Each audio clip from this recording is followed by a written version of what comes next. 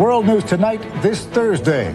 The U.S. goes after suspected terrorists linked to the U.S. Embassy bombings in Africa. Airstrikes today in Afghanistan and the Sudan. Our target was terror. Our mission was clear. What's next for the number one suspect in the bombings? Osama bin Laden, one of the world's most wanted men. Was the timing of the bombings related to the Monica Lewinsky investigation? Some members of Congress want to know. And is military action the best way to fight terrorists? Or could it do more harm than good? We'll take a closer look.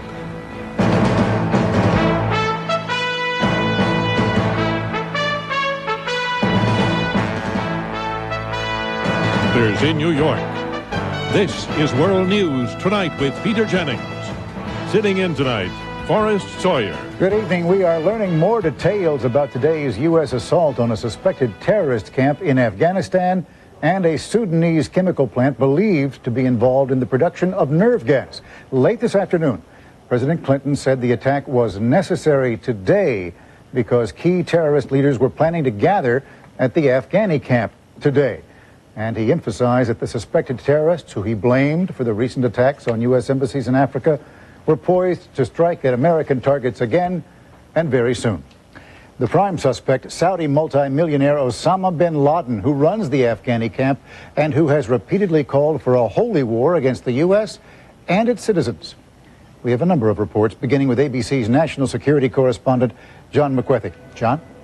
Forrest, intelligence sources tell ABC News that the strikes were conducted now because the CIA had compelling evidence that at least one other truck bomb attack against the U.S. embassy in the region was imminent.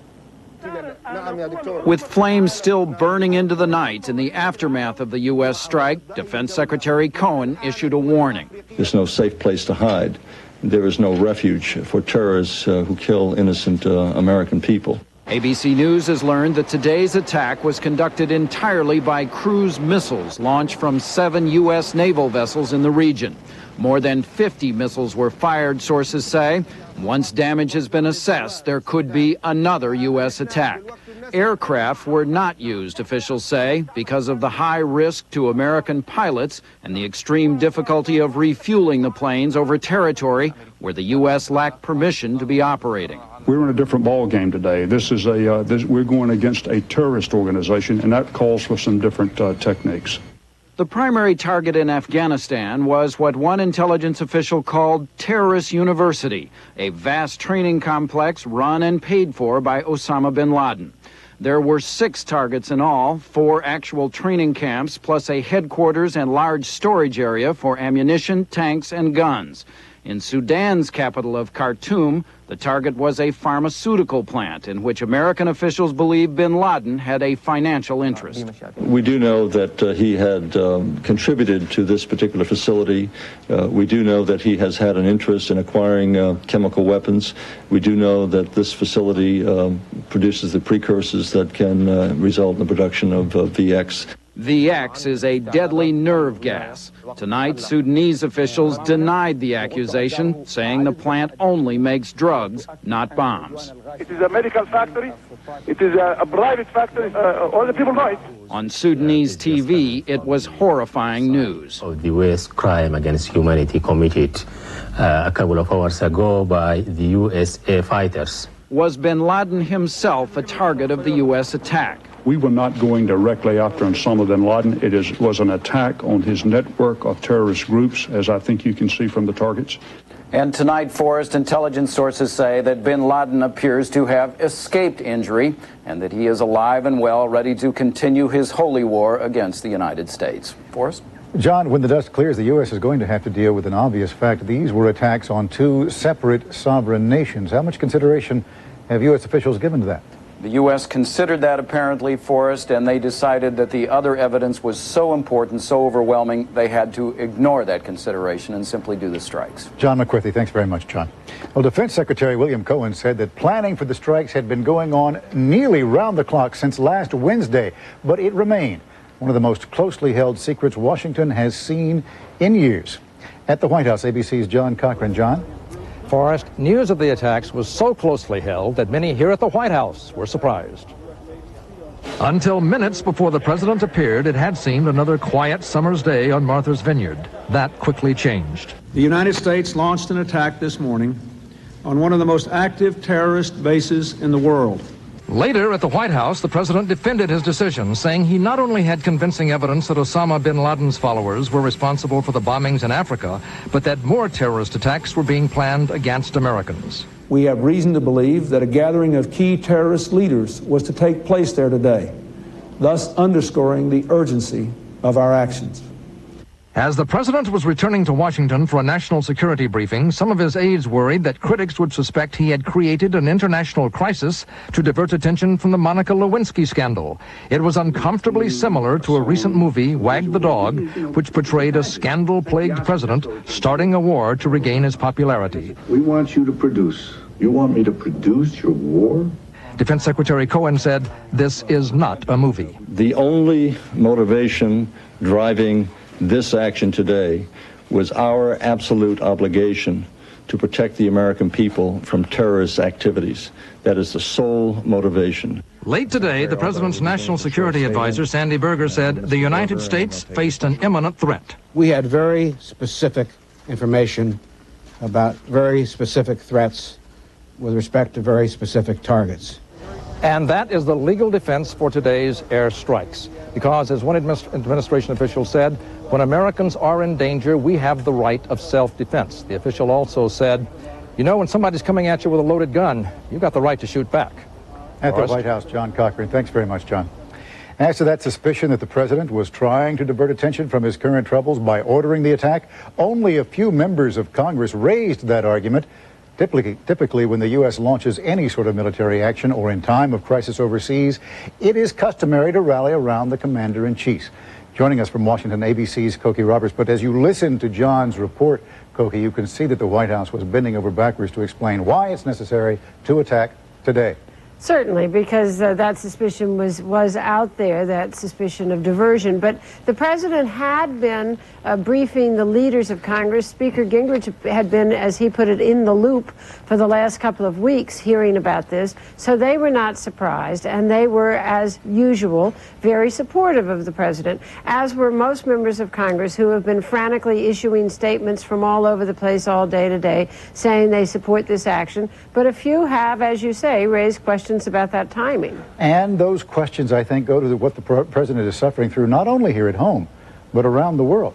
Well, as several people have said, they use the same words. There's a cloud over the presidency. His credibility is so seriously damaged that it is very difficult to believe anything that he does or says, and that can be a problem for world leaders as well as domestic leaders.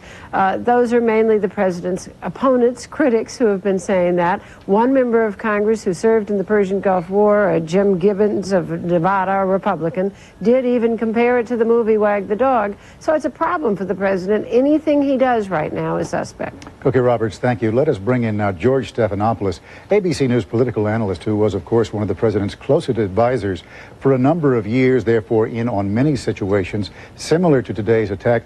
George, I know that you've been working the phones throughout the day. What have you learned about the steps leading up to the assault? Well, the most important thing is the president left the political advisors completely out of this because they were very aware of the criticism that Cokie talked about today, and they were careful to make sure that they would be insulated against that criticism. I think one other important point is, you know, yesterday White House advisors were saying that one of the reasons the president was wary of giving a more fulsome, elaborate apology Monday night was because he was afraid of projecting weakness in the face of potential hotspots around the world, and now we know why. Well, that really does suggest that the problems the president has been going through, the problems of how he appears, shape his national security decisions. No, I don't think so. I think it shaped the political decision Monday night, but not the national security decision. Everything so far for us appears to be by the book, a tight, unanimous military decision. What the president has to be careful of now is appearing to milk this national security decision for political reasons. They're very aware of that at the White House. They're waiting to see a full assessment of the damage tomorrow morning, and then probably will put the president back on Martha's Vineyard. ABC News consultant George Stephanopoulos. George, thanks very much. In just a moment, the man who the U.S. hopes to stop with today's attacks. This is World News Tonight with Peter Jennings, brought to you by Red Lobster. In justifying today's attacks, President Clinton quoted from an interview that ABC's John Miller conducted recently with the #1 suspect in the embassy bombings, the man we have mentioned, Osama bin Laden. Now, in the interview, Mr. bin Laden said, let me quote for you, "We do not differentiate between those dressed in military uniforms and civilians. They are all targets in this fatwa," which is a kind of religious proclamation. Well, whether he is weakened now or not, the threat from bin Laden remains very real. Here is ABC's John Miller. When we went to see Osama bin Laden at his base camp in Afghanistan, one of the very camps targeted today, he and his people were very worried about a military assault. Before his interview, bin Laden's security people searched us and dismantled our gear, looking for hidden transmitters that could pinpoint his location. We asked him in the interview if he thought the U.S. would come after him. Whether if they try or not, we have seen in the last decade the decline of the American government and the weakness of the American soldier. Now the American military has struck a blow to bin Laden's machine, but bin Laden so far has survived. Bin Laden is not your average terrorist. With a personal wealth of $250 million, a family fortune of $5 billion, with 3,000 to 5,000 trained fighters and terrorist cells in half a dozen countries, blowing up his base camp will not necessarily shut him down. My impression is that he's likely to dust himself off and begin planning for some retaliation in the future. Bin Laden is now way out in the open, a big target. But for years, the FBI and intelligence sources believe he operated almost undetected behind some major terrorist operations. Investigators believed he financed the bombing of the World Trade Center, which killed 6 and injured 1,000. Wali Khan, an ex-lieutenant of bin Laden's, has now told the FBI that bin Laden asked him to plan assassinations of President Clinton and the Pope. Bin Laden is suspected of blowing up a Saudi military base, killing 6 American soldiers. And almost immediately after the bombings of American embassies in East Africa, U.S. intelligence sources say bin Laden's fingerprints were all over them. Interestingly, today bin Laden was denying that. Through a spokesman, he called an ABC News producer in Peshawar, Pakistan, just hours before the missile attack on his bases to say that he had nothing to do with the embassy bombings. In the same call, bin Laden said he urged all Muslims to continue jihad, holy war, on Jews and Americans. Forrest? John Miller, thanks very much, John. Now to the question of the security of American citizens. Because of today's strikes, the State Department has issued a, quote, worldwide caution for Americans overseas. They have all been urged to review their security precautions, to remain alert, and to exercise much greater caution than usual. And tonight, the Federal Aviation Administration is considering whether to order increased security at U.S. airports and for U.S. airlines operating overseas. In fact, a number of airports are not waiting for direction from the FAA. Security is already beefed up at airports in Los Angeles, San Francisco, and in New York. In just a moment, is military might the way to fight terrorism? Will Americans overseas ever really be safe? We'll take a closer look.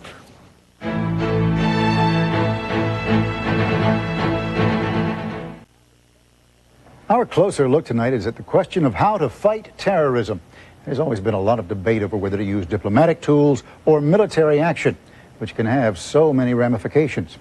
The main threat comes from an international network of small groups, sometimes privately financed. And as one high-level intelligence official said recently, the problem will likely get worse before it gets better.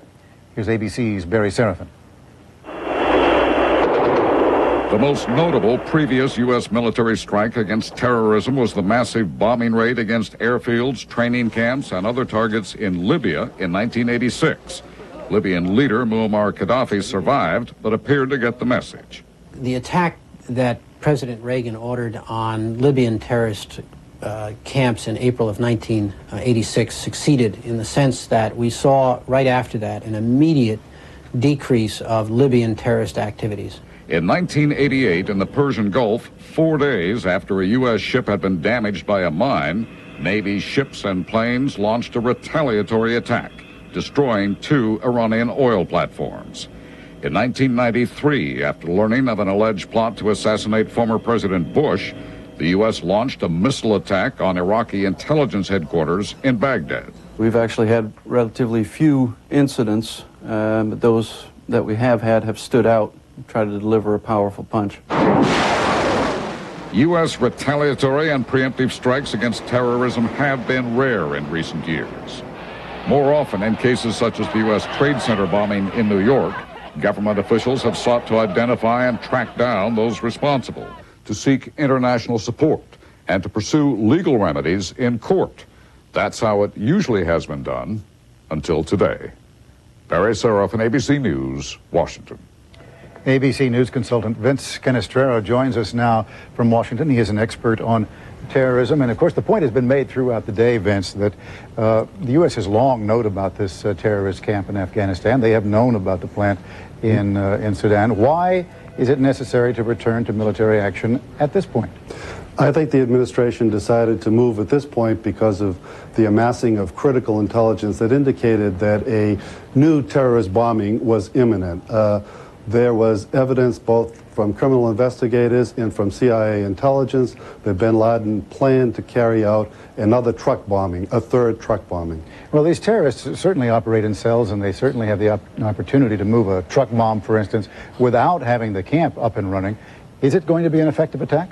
No, not in the long run. These things typically have a short-term value, but over the long run, most of bin Laden's assets are outside of Afghanistan. They're deployed from North Africa all the way over to Malaysia, and it's quite possible that his group will be able to carry out another terrorist operation against innocent Americans sometime in the near future. I know today it took about 10 minutes after the attack for people to begin saying, well, now look, is this going to make it worse or is it going to make it better? Could it spur greater retaliation, a kind of holy war?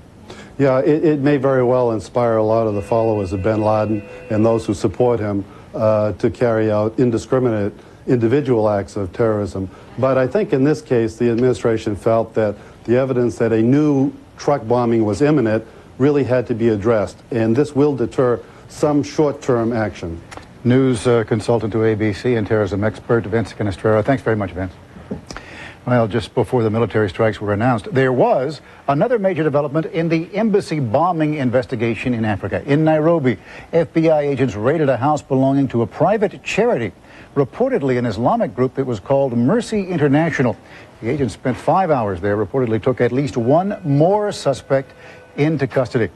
Also in Nairobi today, FBI Director Louis Freeh flew in to meet agents and to receive a briefing on how the investigation is going, and at the bombing site, a major memorial service for the victims. ABC News will have much more on today's strikes in a special prime time edition of Nightline that is going to be this evening at 9 o'clock Eastern Time. When we come back, the days of the news.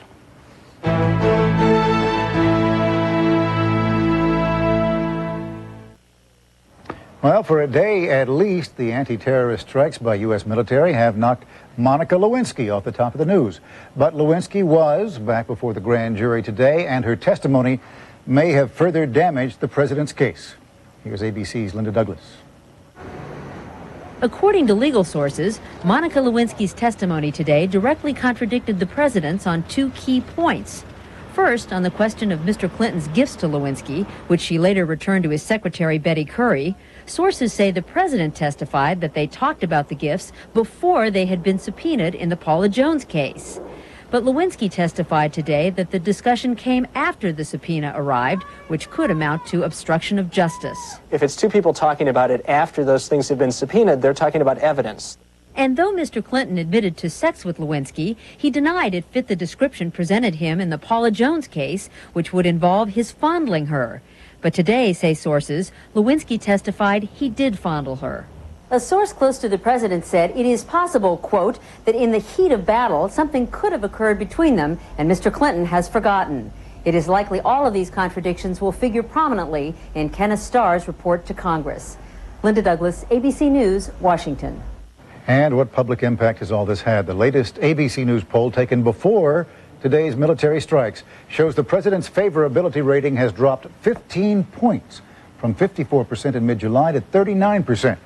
And other measures in our polls show the Lewinsky scandal is taking its toll. 73% of Americans say they do not believe Mr. Clinton is honest and trustworthy. and 79% say he does not have high moral and ethical standards. But importantly, 3 out of 5 people still think he's doing a good job as president. We will be back in a moment with the final word.